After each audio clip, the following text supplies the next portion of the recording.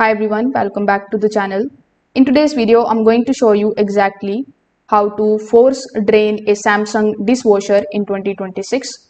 So force drain mode is going to tell the dishwasher to activate the drain pump immediately without running a full wash cycle. It is useful when water is stuck due to an interrupted or failed cycle. So the easiest method is using the control panel.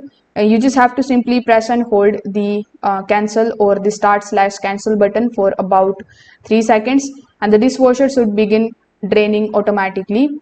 You will hear the drain pump running, and that's normal.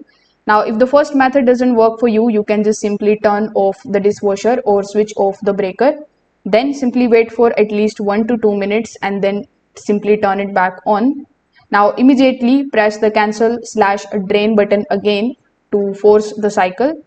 Now on certain models, slightly opening or closing the door quickly can also help reset the cycle logic. So you can press the drain command again.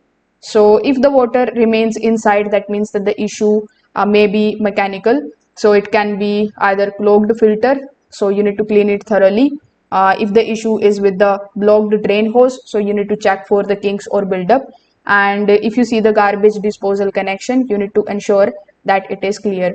So these steps can also prevent proper drainage even in the force mode. So if this video helped you out, make sure that you like this video and subscribe to the channel. Thanks for watching.